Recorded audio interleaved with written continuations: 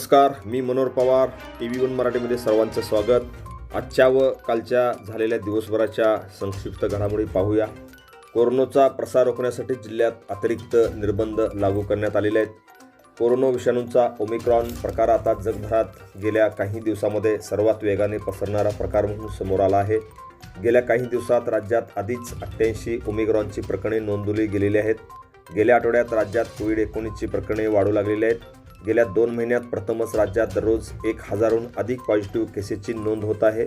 आगामी काळात सण, लग्नसराई आणि नवीन वर्ष साजरे करण्याच्या पार्श्वभूमीवर जिल्ह्यात मोठ्या संख्येने लोक एकत्र येण्याची शक्यता असल्याने राज्यातील अतिरिक्त निर्बंध लावण्याबाबतचा आदेश पारित करण्यात आला आहे.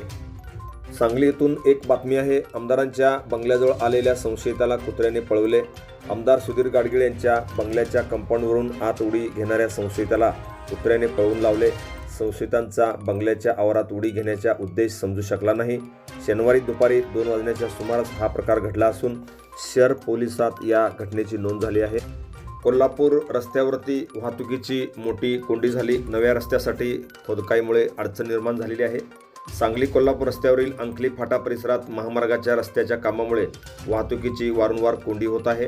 रविवारी दिवसभर वाहनाच्या लांबच लांब रांगा लागल्याने वाहतुकीवर मोठा ताण निर्माण झाला होता. फळ मार्केटपर्यंत वाहनांच्या रांगा लागल्याने मोठे चित्र या ठिकाणी रांगेचे निर्माण झाले होते. आधुनिकीकरणात ग्रामीण कथेचा बाज बदलला. इंद्रजित देशमुख. अखिल भारतीय नवोदित साहित्य संमेलन उत्साहात. आपण जसे प्रगतीकडे चाललोय तसे शब्द लोप पावत चाललेले. आधुनिकीकरणामध्ये ग्रामीण कथेचा बाज बदलत चालला असल्याची खंत विचारवंत निवृत्त संधी अधिकारी इंद्रजित देशमुख यांनी व्यक्त केली. अखिल भारतीय मराठी साहित्य परिषदेतर्फे येथील भावे नाट्य मंदिरात आयोजित 28व्या अखिल भारतीय नवोदित मराठी साहित्य संमेलनाचे उद्घाटक म्हणून ते बोलत होते. संमेलनाच्या अध्यक्षा साहित्यिका सुवर्णा पवार, परिषदेचे राष्ट्रीय अध्यक्ष शरद गोरे, प्रदेशाध्यक्ष फुलचंद नागटिळक, राष्ट्रीय उपाध्यक्षा शुभांगी काळभोर, डॉक्टर सूरज चौगुले, बाळासाहेब तोरसकर, युवराज नळे यांची विचारपीठावरती प्रमुख उपस्थिती होती. ग्राहकांच्या हक्कासाठी कार्यशाळा अत्यंत उपयुक्त. अप्पर जिल्हाधिकारी डॉक्टर स्वाती देशमुख. प्रत्येक नागरिक दररोज ग्राहकांच्या भूमिकेत कार्यरत असतो. त्यामुळे प्रत्येकाला ग्राहक कायद्यांची माहिती असणे आवश्यक आहे. ग्राहकांची फसवणूक होऊ नये म्हणून 24 डिसेंबर 1986 साली देशात ग्राहक संरक्षण कायदा अस्तित्वात आला. या कायद्यामुळे ग्राहकाला संरक्षण मिळाले असून ग्राहकांनी जागरूकपणे व्यवहार केला पाहिजे. ग्राहकांचे हक्क आणि कर्तव्ये यासाठी ग्राहक कार्यशाळा ही अत्यंत उपयुक्त असून ग्राहकांचे अधिकार ज्ञात करून देते. अशा कार्यशाळा महत्त्वाच्या असल्याचे प्रतिपादन अप्पर जिल्हाधिकारी डॉक्टर स्वाती देशमुख यांनी केले.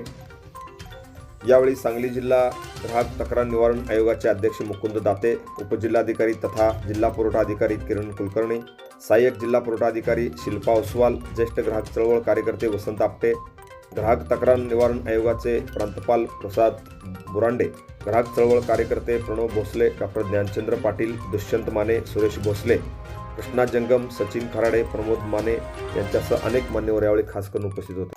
जिल्हास्तरीय युवा महोत्सवात कन्या महाविद्यालय द्वितीय. शिवाजी विद्यापीठाचा सांगली जिल्हास्तरीय युवा महोत्सव डॉक्टर पतंगराव कदम महाविद्यालय सांगली येथे झाला. या महोत्सवात मिरजेतील कन्या महाविद्यालयाने सुगम गायन, एकांकिका, लोककला या प्रकारात भाग घेतला. लोककला प्रकारातील जोगवा नृत्यास द्वितीय क्रमांक मिळाला.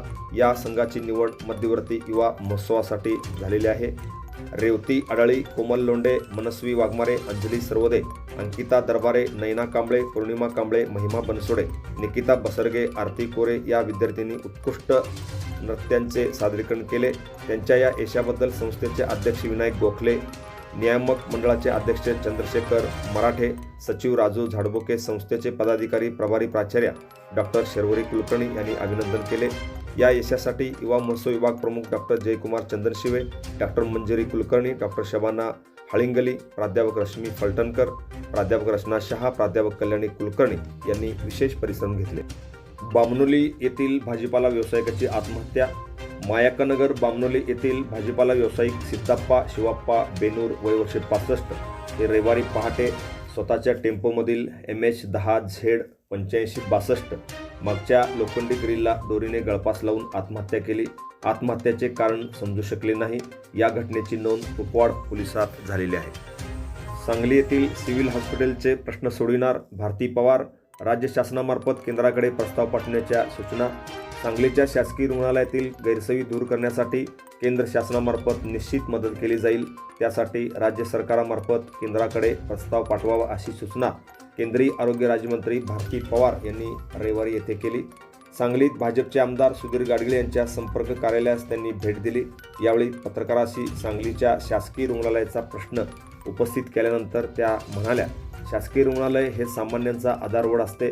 त्यामुळे येथील जे काही प्रश्न असतील व ज्या सुविधा हव्या आहेत त्याबाबतचा एक सविस्तर प्रस्ताव आमदारांनी राज्यामार्फत आमच्याकडे पाठवावा. आम्ही निश्चितपणे मदत करू अशी ग्वाही त्यांनी यावेळी दिली.